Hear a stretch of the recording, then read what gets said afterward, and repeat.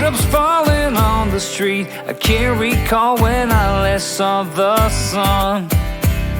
Summer's just a memory, a faded piece of history. No one can remember. Presented by Great Lakes Speed Shop.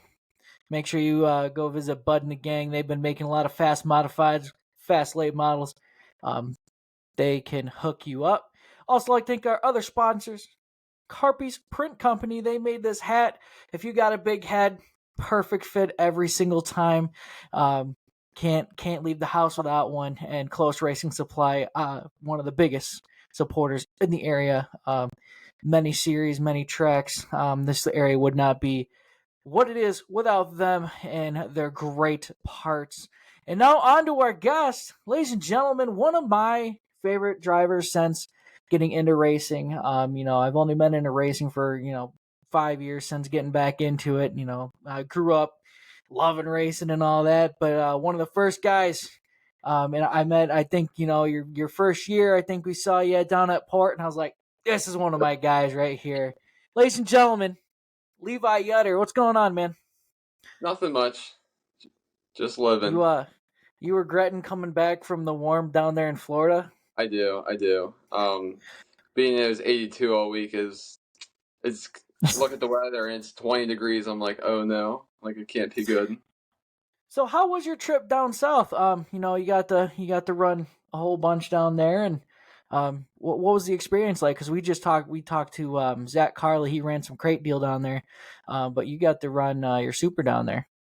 Yeah, it was a lot of fun. It was one of the things that like you couldn't pass up because it was like the last time it happened. I wanted to experience it like the one last time, and I always like watched on TV and stuff, and I always like Easter is my favorite track to watch like all the time. So we went down and had a couple issues throughout the beginning of the week with my brakes and stuff, but we got figured out, and it was a blast. We didn't do as good as we kind of hoped, but I had a lot of fun doing it. So met a lot of people down there, and it was a blast.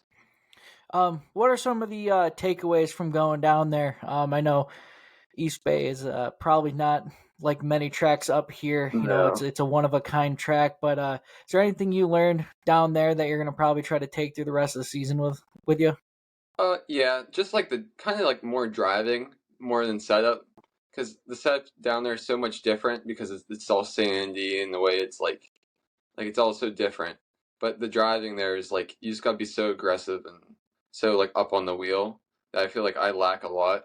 Like when I go down to like Marion Center, it's like real close quarters racing that I'm not like always like putting my nose where I like up there and stuff. So definitely like take that away and use that more often.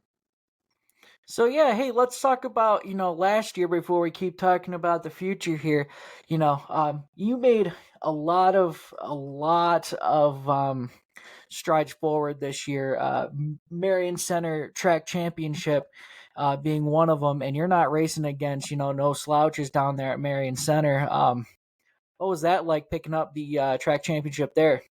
It was pretty awesome. I mean, being so young and be able to like accomplish that was just something like it just felt unreal, especially like racing against like my uncle who finished second in points. Like that was fun, like competing with him and battling him almost every week. And yeah, I met a lot of people up there, like Matt Lux, one of like my like close friends now, I'd say. Parked beside each other like almost every week he came, and we got pretty close, and yeah, a lot of people, and I met a lot of fans throughout the week or throughout the year and stuff, and really great people down there. Yeah, it's I don't get to come down there very often because obviously we're tied up doing photos at State Line. We always try to make it down for the Connor Bobbitt Memorial. Haven't missed one since I've gotten back into it. It's a very special event for me because it's for Derek and everything they do there. And it's fantastic that it's at Marion Center and such a great cause. So other than great people, what about Marion Center you think keeps you coming back there? Because I think it's a phenomenal little tiny thing down there.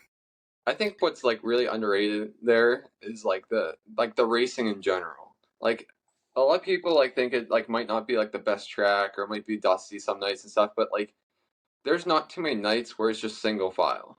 Like there's always racing like front to the back. Like there's never like a I don't know, like a bad moment really, you know? Like it's just really fun to drive.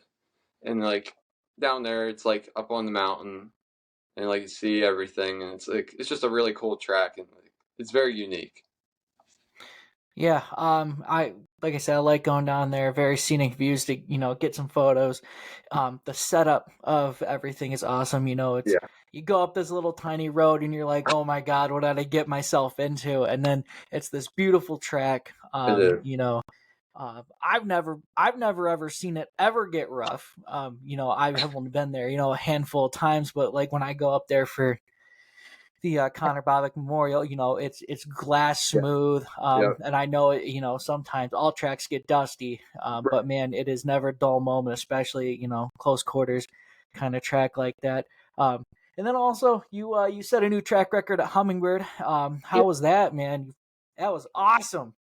It is weird because like in hot or before hot laps, I was talking is me. I forget. I think it was Ryan Montgomery, and I was talking to him because we just took out my Clements after I blew it up. I think a week before that, and so I put my smaller motor in it. I was like, I don't know how I'm gonna fare up to it. Like I don't know because like all these big guys got like all the big motors and stuff. So I was like kind of Hmm. worried, and he kind of like told me it was gonna be fine and stuff. So I'm like, all right. So I went hot laps, not bad, and then in qualifying, I just first lap felt pretty good. Second lap, I just never lifted. I'm like I felt like I had to like to make up for it, and then I'm like I got the infield and they're saying I'm like faster than like half a second. I'm like, wow, I just And couldn't believe it. an absolute hater when you laid it down. We noticed it even on the infield. I was like, oh my god, like it looked different, and it was awesome. And I know the night didn't finish up the way you guys intended, but still a good night nonetheless. It was. Yep. We were down there doing that. It was amazing. You made it into the firecracker. That was awesome too. I Yeah. wasn't down there. Watched that on TV. Always cheering for our. You might not be a local guy to me, but I feel like watching you progress since you hopped in the Super. I'm like, this is one of our guys.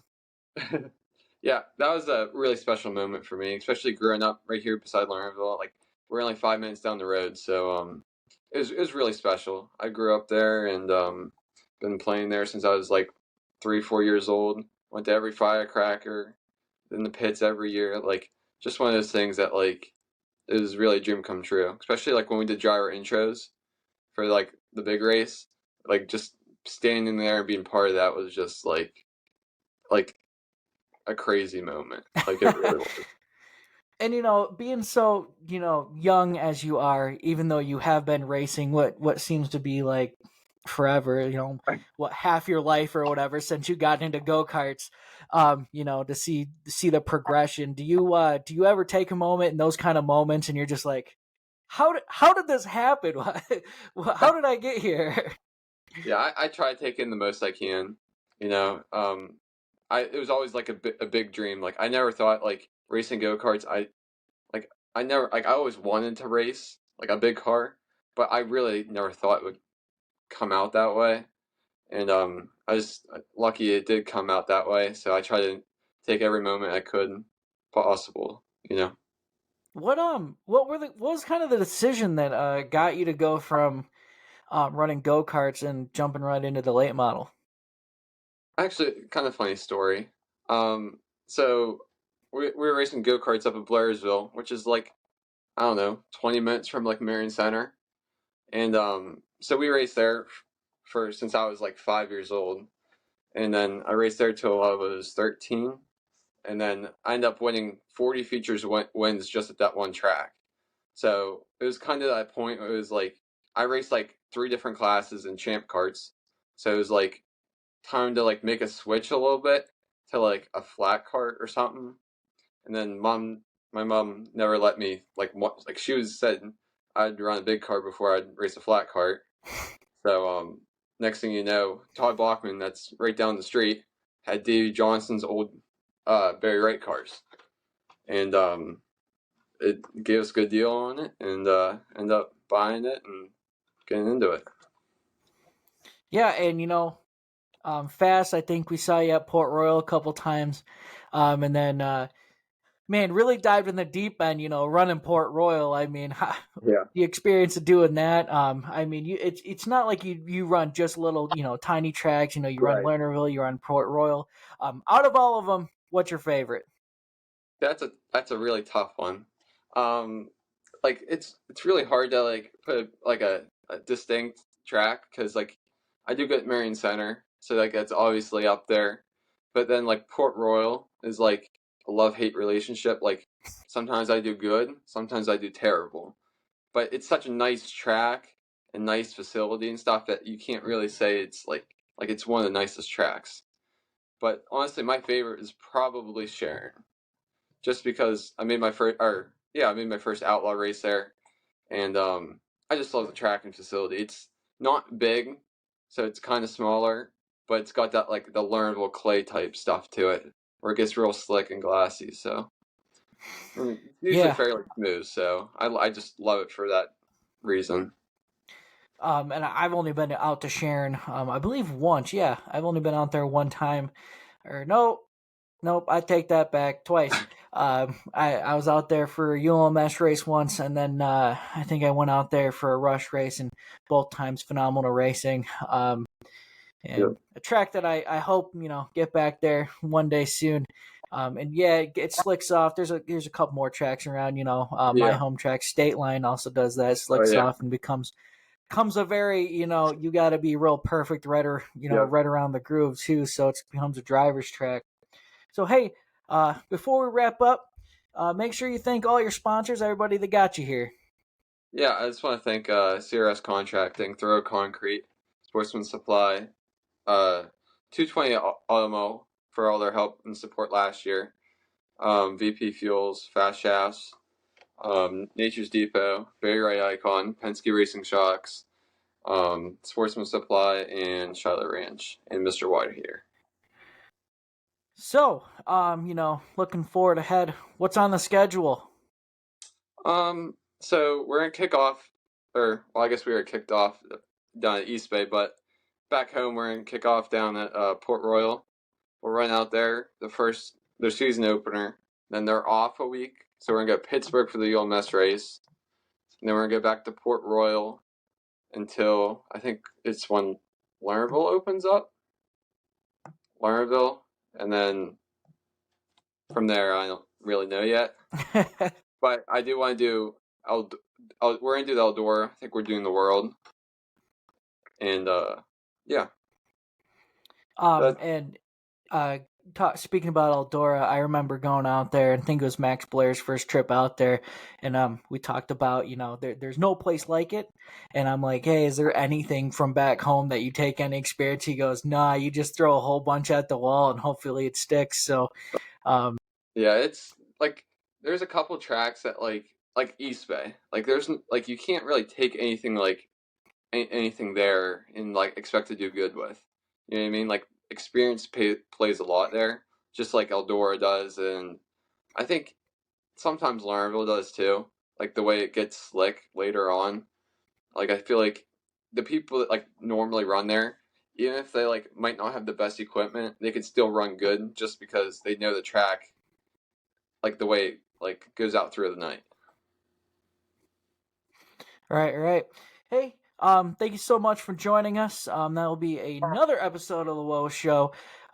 Make sure you keep an eye out for Levi around the this area. He does travel a whole bunch outside of his couple tracks he does run. So it's always nice to see him pop in.